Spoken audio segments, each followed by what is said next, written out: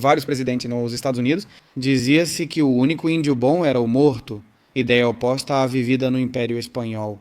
Na verdade, todo o oeste dos Estados Unidos era espanhol e foi perdido pelos mexicanos após a independência, vice-reinado da Nova Espanha. E realmente, aí acontece uma paradoxa muito curiosa. Todos os índios que viviam nesse território, que depois foram aniquilados sistematicamente por causa do protestantismo anglo-saxão, que as pessoas não querem falar sobre isso, sempre lembravam que com os espanhóis jogavam cartas, com os espanhóis estavam integrados, né? Os espanhóis deixavam eles viverem. Mesmo aqueles que não queriam ser católicos, que também se diz que a evangelização foi imposta. Muitos não compreendem o impacto do que a Espanha fez até hoje. Olha, por isso é muito interessante. Claro, aqui o que acontece é que já abrimos outra questão, que é a questão religiosa. Isso as pessoas hoje não entendem tanto porque somos filhos do nosso tempo e no nosso tempo. Na Europa são sociedades muito secularizadas, o que não significa que não tenham religião. E eu explico. Hoje em dia, a religião majoritária na Espanha é o niilismo. Ou seja, isso talvez seja uma opinião muito pessoal, mas eu acho que não se pode viver sem religião. Não no sentido de que seja preciso escolher entre o cristianismo, o islamismo ou algo assim. Não é que a religião seja uma condição de toda a sociedade, ou seja, é como um bem, assim como toda sociedade precisa ter habitantes, porque senão não seria uma sociedade. Precisa ter uma série de elementos, digamos, uma visão antropológica e um marco moral que dê coesão à sociedade. Chamamos isso de religião, que significa religar ou reunir a sociedade. Você pode dizer isso, por exemplo, nos Estados Unidos, onde há grande pluralidade de igrejas protestantes. Na verdade, o que religa a sociedade, no fundo, é o pensamento de que tudo se resolve com liberdade e democracia. Você pode criticar isso, pode achar bom, ruim ou mais ou menos, mas eu diria que essa é uma abordagem muito religiosa. O religioso não precisa ser pensar que existe algo transcendental. Mas repare que, por exemplo, você que já fez muitas críticas ao galquismo, um dos pontos centrais do galquismo nos últimos 3, 4 anos tem sido que se pode nascer em um corpo errado, o que significa que você existe antes de nascer em um corpo. Isso é a preexistência da alma, ou seja, isso é uma categoria religiosa, sabe? Então, volto ao mesmo ponto. Acharmos que superamos as religiões e que já não existem religiões ou algo assim. Eu acho que isso é algo muito da nossa época, mas nem por isso é verdade. Agora, voltando um pouco à época da qual estávamos falando, né? Aos séculos 16 e 16. Primeiro 16, primeiro primeiro. Aqui há um ponto muito importante que é o cisma luterano e depois toda a reforma protestante e tudo o que vai englobar a Igreja Católica. Católico significa universal e isso é muito importante. E é considerar que, dado que todos os homens são filhos de Deus e que não existe diferença por raça, é que nem mesmo o termo raça e o uso que foi dado a isso vem depois e vem, sobretudo, de países protestantes ou de países com grande influência protestante. Isso no mundo católico nunca tinha existido, e sempre a ideia era a integração dos povos. De fato, Roma e o Império Romano, de onde o catolicismo se origina, representam a integração de culturas muito diferentes vindas da Grécia e de Roma. Claro, aí os romanos o que fizeram? Havia muitas religiões pagãs e tal. Bom, sim, mas mais ou menos foram se adaptando. Um panteão comum em todo o Mediterrâneo.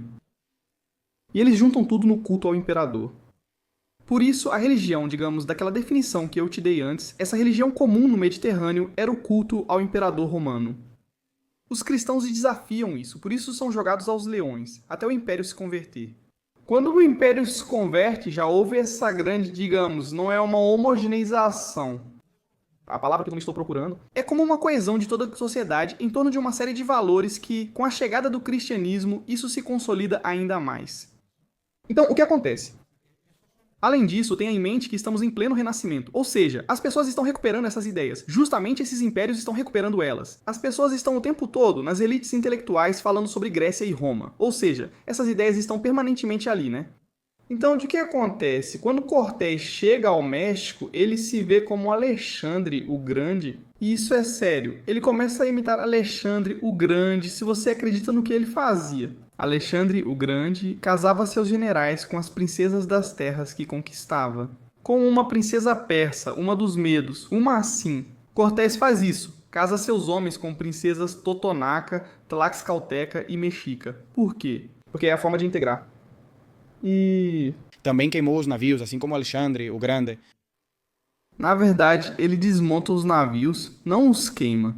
Bem, Alexandre as queimou, Isso foi um tanto romantizado. romantizado, mas ainda assim há semelhança.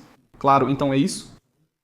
Casa seus homens com suas princesas. Ele mesmo tem essa ideia de que o que precisa ser feito é replicar a Espanha. Ou seja, ele mesmo é quem dá o nome ao que hoje chamamos de México. Ele dá o nome de Nova Espanha, porque ele tem a ideia de replicar a Espanha ali, de fazer uma nova Espanha. Parêntese, muitos dizem que Espanha não existia na época. Então por que Cortés chamou de Nova Espanha? Ele era vidente? Eu vejo o futuro. Então isso também é importante, não é? Então, de certa forma, ele se considera herdeiro de um legado milenar greco-latino por um lado e cristão católico por outro. Ele precisa integrar os povos. Como fazer isso? Com duas coisas. Primeiro, o direito romano, e segundo, o batismo, fazer parte de uma mesma comunidade religiosa. E o mestiçagem?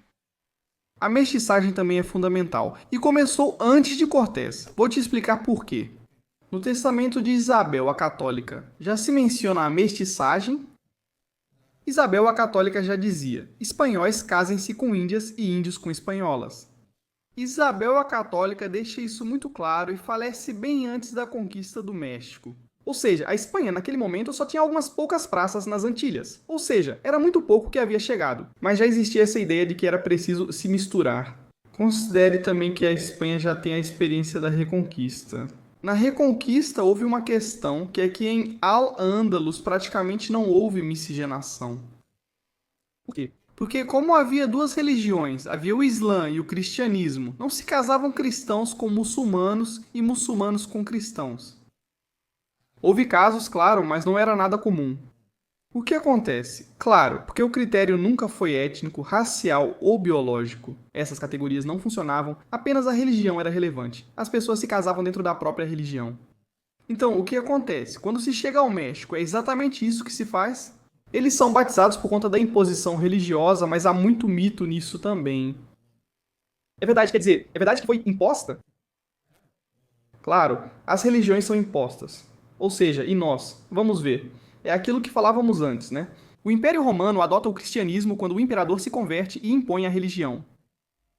E o que acontece é que depois... O que acontece é que as pessoas imaginam, quando você diz a palavra impor, parece que forçaram as pessoas a usarem crucifixos, mas não foi o caso. Essa é a falácia, né? O que está acontecendo? Que a evangelização primeiro traz um monte de frades que o que fazem é aprender as línguas dos indígenas. Não há grande destruição em massa de templos. Inicialmente, evita-se colocar a população local contra eles. De fato, há esse momento inicial. Na verdade, quem relata isso é Bernal Dias del Castillo, junto com Cortés e seus homens. Quando eles começam a chegar lá e vão entrando no continente, veem todo tipo de rituais, antropofagia, sacrifícios humanos, coisas muito pesadas e tal. Na verdade, deviam ser assustadores e causar sensação ruim. Pouca coisa, nem pouca coisa. Claro, veja, a primeira coisa que dizem instintivamente.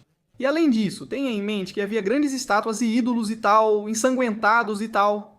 Instintivamente você pensa, tem que acabar com essa merda. Isso é o que vem primeiro à cabeça.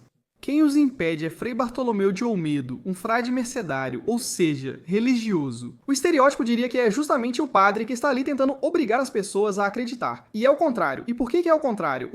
Leu? Claro, porque é o mais letrado e é quem sabe perfeitamente a experiência que houve na Espanha com o Islã. O que ele diz é: se destruirmos seus templos, teremos a população nativa contra nós, certo? Não, o que não? Primeiro, estabelecer o poder aqui, ou seja, acalmar as coisas, pacificar a região, digamos ter aqui que o poder da coroa chegue até aqui. Quando tivermos isso, precisamos aprender suas línguas, o que já foi feito. Na verdade, você sabe muito bem que línguas como o Náhuatl, o Quichua, o Purépecha, o Aimará têm gramática escrita. Antes de línguas como alemão ou inglês, que hoje parecem mais importantes que o Náhuatl, hoje são, antes não eram. Gente, nos dá uma ideia da importância literária que a Espanha tem, claro.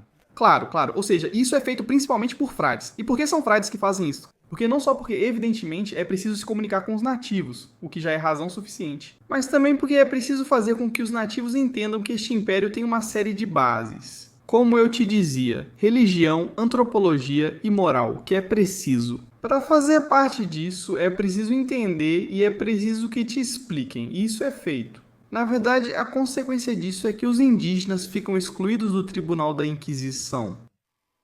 Antes falávamos do mito da Inquisição Espanhola e tal, que logo aparece, né? Os indígenas foram deliberadamente excluídos porque se considerava que era uma estupidez. Como você vai julgar um cara que é um convertido que acabou de se converter? Você não pode julgá-lo, porque evidentemente ele vai cometer erros. Sim, além disso, falando um pouco sobre que a Inquisição Espanhola é uma das maiores lendas negras que existem, qual é o registro oficial de mortes pela Inquisição em mais de 2 séculos? Não estudei muito esse assunto, mas é verdade que as pessoas são... Centenas de pessoas. As pessoas... que tem isso muito bem visto. É algo assim. Acho que é um pouco mais. Acho que é em torno de umas 3.000 pessoas em 3 séculos, em todo o Império Espanhol. Levando em conta que é praticamente. Metade do mundo. Claro, é um dos maiores impérios da história da humanidade. Bem, é bem pouco, quer dizer, 100 executados por ano, numa época em que se executava muito, é bem pouco. Você tem que levar em conta que, se estamos falando de 3.000 pessoas, mas suponha que fosse o dobro, suponha que fossem 6.000, ou suponha que fosse 10 vezes mais, 30.000. Ei, quantas pessoas morreram na Reforma Protestante? Sabe quantas pessoas foram perseguidas pelos luteranos e calvinistas no norte da Europa? Quantas pessoas os ingleses e os escoceses calvinistas mataram? Vamos ver se vamos entrar na guerra de números. Difícil defender isso. A verdade, quer dizer, é o que me parece. A Inquisição verdadeira veio dos protestantes, que se rebelaram contra a Igreja Católica e começaram a gerar uma onda de sangue por toda a Europa. E isso é algo que não se fala hoje em dia. Claro, leve isso em consideração. Bom, veja, voltamos ao mesmo ponto, ou seja, já tínhamos dito antes, não é? Sociedades se organizam por marcos antropológicos e morais, chamados de religião. Com isso, se você propõe uma alternativa antropológica e moral, você tem a possibilidade de dividir a sociedade em 2 ou 3 partes, dependendo de quantas alternativas você apresentar. O que acontece hoje em nossas sociedades que estão muito desestruturadas? Por quê? Porque às vezes dá a sensação de que Alternativas demais de que... qualquer um, ou seja, você e eu, podemos criar nossa própria religião. Isso antes e em muitos lugares ainda é impensável. Por quê? Por que não se considera assim? Porque então você está rompendo com a sociedade e se considera que existe um bem maior, que é fazer parte de uma comunidade. O que acontece? Claro, a reforma rompe completamente com isso e rompe a Europa. Rompe a Europa. Você pode dizer que isso já foi rompido antes, com o cisma do Oriente e os ortodoxos? Mas mesmo assim, veja que os ortodoxos, apesar de serem cismáticos, ou seja, eles mantém vínculos intactos com Roma. Claro. Ou seja, apesar de não reconhecerem o Papa como chefe da igreja e terem uma igreja, digamos, que seguiu em paralelo. Apesar disso, o marco antropológico e moral é praticamente idêntico. Ou seja, se você vai a um vilarejo na Rússia ou na Extremadura, tudo certo sim. A estética dos templos é diferente. Mas o que é a moral que o padre ensina no domingo na missa é mais ou menos idêntica, né?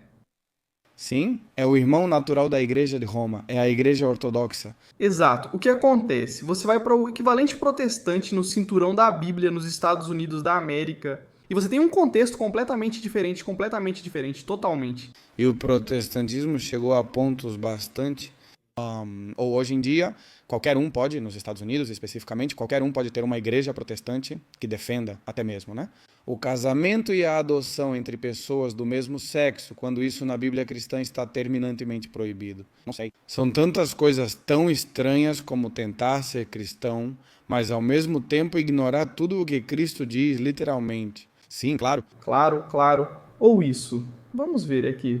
E não estamos fazendo um julgamento de valor aqui, não. Estamos dizendo que é muito claro. Vou te dar uma análise estritamente racional e objetiva. Sim, analítico não é. Analítico, exato. Viu o que eu falava? Sim. Você tem a capacidade de criar um novo marco antropológico e moral para modificar a sociedade aos seus interesses políticos, econômicos, financeiros. Vai te interessar. Muito. Controlar a religião. Por isso, grandes poderes sempre buscaram controlar os poderes religiosos, certo? Em grande medida, na verdade, você poderia dizer que o galquismo tem sido uma tentativa de nos impor uma nova religião. Totalmente. Hoje, em 2025, bato na madeira. Está um pouco em baixa, mas há 2 anos não parecia assim. Talvez em 2 anos vejamos onde estaremos. Totalmente, tá bastante embaixo, assim, Quer dizer, também. Isso te mostra o quão rápido essas coisas mudam que a gente acha que nunca. A sociedade muda de opinião e muda numa velocidade impressionante. Quando? Quer dizer, às vezes podem passar 2000 anos sem mudar de ideia e depois em 2 semanas mudam completamente de ideia. Quer dizer, depois das sociedades, nós nos achamos, nos temos em alta conta, mas no fim das contas somos muito facilmente manipuláveis, não é? Por exemplo, nos Estados Unidos da América algo acontece assim. Muitas igrejas protestantes, especialmente as pequenas, não são organizações sem fins lucrativos. Elas funcionam como empresas de responsabilidade limitada, então podem ser compradas e vendidas. Muitas vezes, são compradas por pessoas, vou dizer de forma educada, por pessoas que nem sequer são cristãs. Sim, Sim, tudo isso envolvendo religião dá muito medo. com isso. Então me desculpe, tá? Por te interromper, mas perceba que muitas dessas visões, que poderíamos definir como heréticas, ou seja, afastadas do que essa religião realmente diz, pode haver um interesse por trás disso, que é levar a sociedade ou determinados setores da sociedade para um determinado caminho, porque há alguém que tem interesse nisso.